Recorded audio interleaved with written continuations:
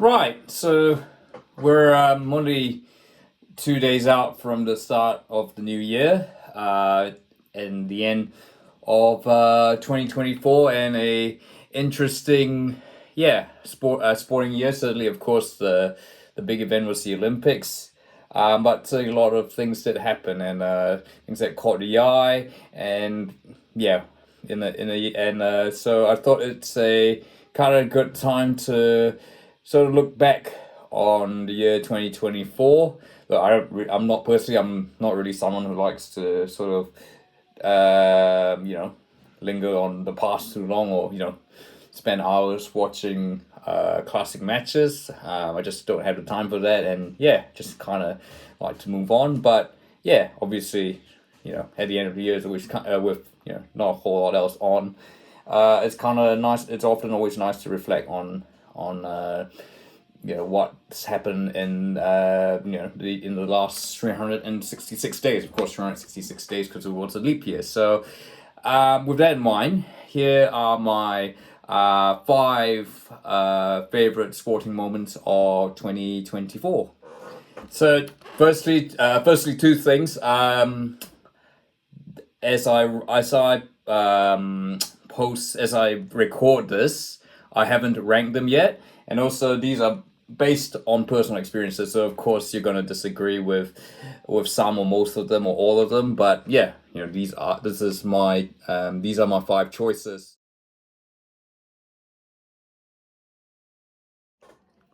Be remiss of me not to include a championship win. Look, the Highlanders didn't really have a great season. Otago were pretty mids, and while the Knicks just kind of missed out. I'm gonna have to give it my championship win. I think the Celtics winning ring number 18, just the manner they did it. I know it's probably the most boring playoff series in NBA history, but if you're a Celtics fan, who cares? Just the way they played, just the way Jason Tatum, Jalen Brown, the team played. Pritchard, one of the probably the new Clay Thompson. Are we witnessing a new dynasty? Remains to be seen. I mean, as I record this, Celtics are still pretty much one of the teams to beat in the NBA. But look, yeah, I think it'd be remiss of me not to acknowledge ring number 18, most successful team in the NBA, and certainly, look, it's often overlooked given how long ago it was. But yeah, Celtics winning ring number 18 certainly has to be on my top five sporting moments of 2024.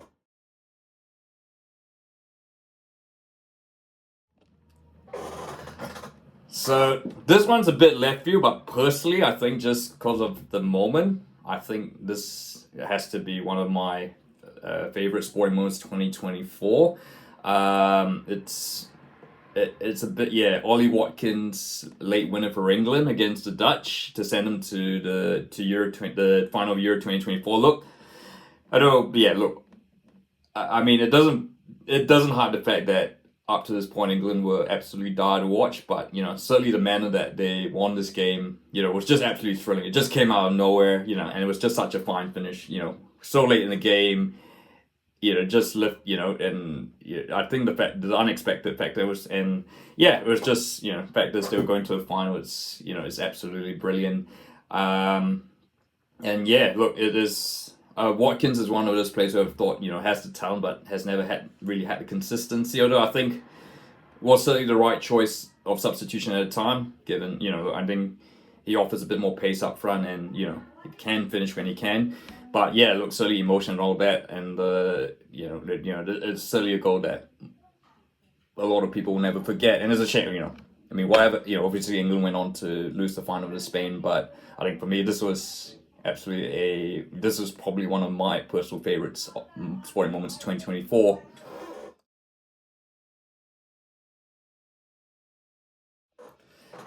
So yes, of course, cricket is going to feature a lot on this list, and yeah, look, I guess it'd be remiss of me to not mention the Black Caps, the New Zealand men's cricket team, completing a 3-0 sweep of India in India. Because let's be and I guess for many this achievement is quite possibly the achievement, but the achievement of the year in world cricket, certainly in the men's game, because you have to look at the record India have had until this particular series against New Zealand, and of course, even the recent history suggests that this 3-0 sweep was pretty much pie in the sky. New Zealand had lost both their the last two tests prior to coming to India. They were meant to play Afghanistan in India, but of course I think that they were they were assigned a pitch that was not much better than a backyard pitch. So yeah, look, it was pretty, and it was all, India had this big series ahead in Australia, so this was just kind of like, a bit like the appetizer to warm up for that. But as it turned out, yeah, look, that first test in Bangalore, Rohit Sharma, sending his team to bat on a surface that definitely, favored the Black Caps, pretty much set the tone for the series and quite possibly the rest of this season for India, as I record this. And yeah, look, the Black Caps not only doubled but tripled the amount of tests that they've won in India. So yeah, so certainly, look, it's whether it remains to be seen whether the Black Caps win the Halberg Award, or at least the team award. But yeah, we shall see. But certainly in my, this is definitely, certainly top five, in the top five of my top five sporting moments of 2024.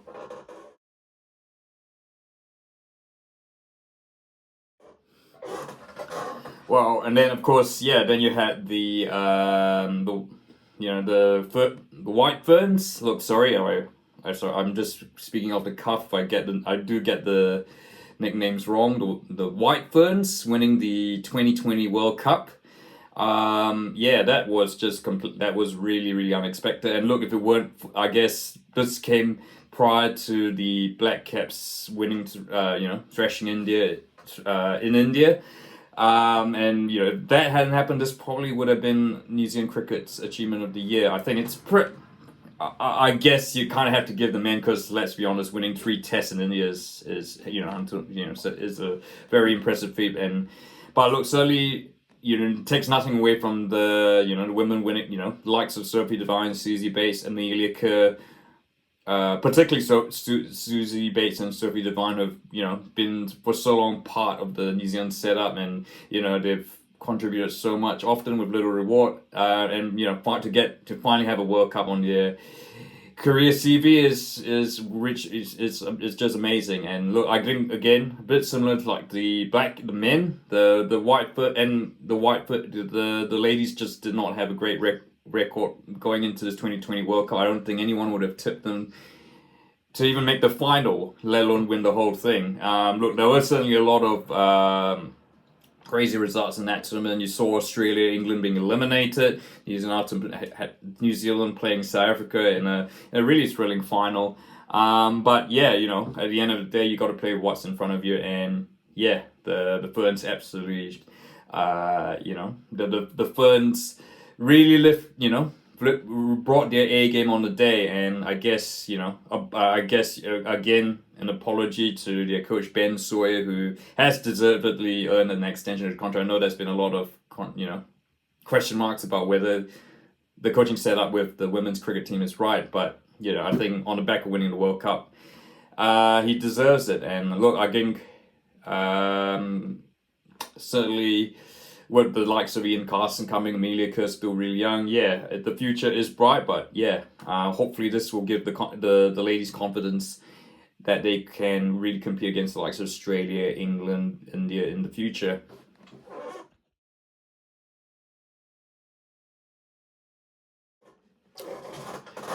I think this could possibly be my New Zealand sporting moment of the year, and of course it's Olympic year, so yeah, I mean, you kind of always have to pick an Olympic moment. Look, I know there's Lydia Ko, winning gold in golf. Personally, I'm still very old fashioned. I think the Olympics is all about the track and field athletics, and golf would, no back to golf, but golf was sort of put into the Olympics to boost ratings. The fact but look, I mean, Lydia Ko, I did certainly win gold in golf, certainly cements a place in the Women's Golf Hall of Fame.